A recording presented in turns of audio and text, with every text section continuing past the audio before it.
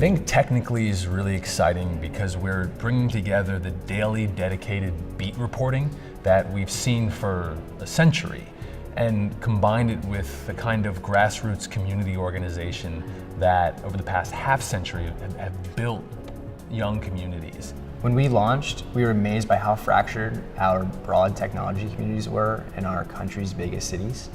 We write daily content about the tech community, and we hold in-person events to take those ideas that are generated from those stories and try to create solutions through that event programming. When we cover a startup or a city initiative, and I'm right there, I'm right in the community, seeing that impact firsthand, it has been really important and has shown me, the power of journalism. We're walking that fine line between cheerleading a startup community and trying to focus on the problems that still exist.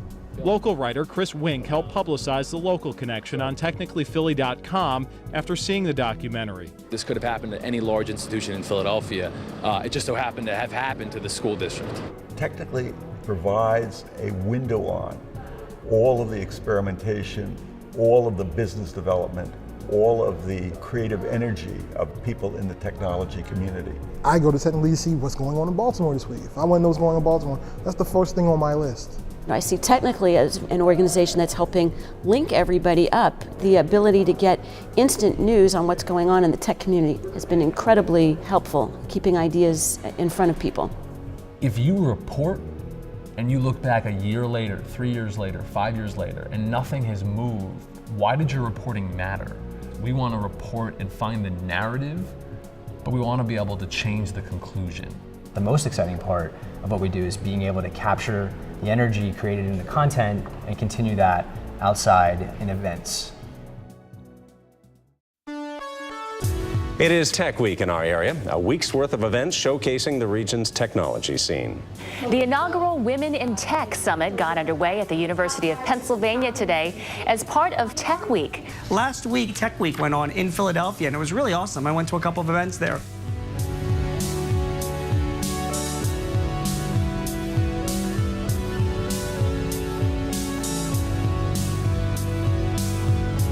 Tech Week is a chance to celebrate what's happened and what we think is going to happen and talk about new ideas, and bringing that kind of energy and the great minds that are associated with that together once a year is very helpful to the city.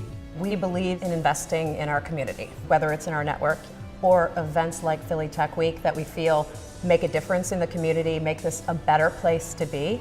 I think a beautiful complement to the approach to journalism that Technically takes is adding in events that do a lot of the same things that the journalism does in terms of being this intersection of all of the components of the industry. When you complement this online publication with real life interaction through events, you have a magic formula. And I saw that happening in Philly. I feel it happening here in Baltimore, so it's really, really exciting. I'm most looking forward to an environment where the private sector, the university sector, the civic sector, public sector are all cooperating in advancing the best needs of us as citizens. I want to see all of the wonder of the last 20 years of innovation online brought into the real world. Great ideas truly can start anywhere. We've begun to see some great entrepreneurs get their start in Boston and Baltimore and Philadelphia. There's an opportunity for these cities to see each other as partners. Technically, that's the kind of work that we want to be doing.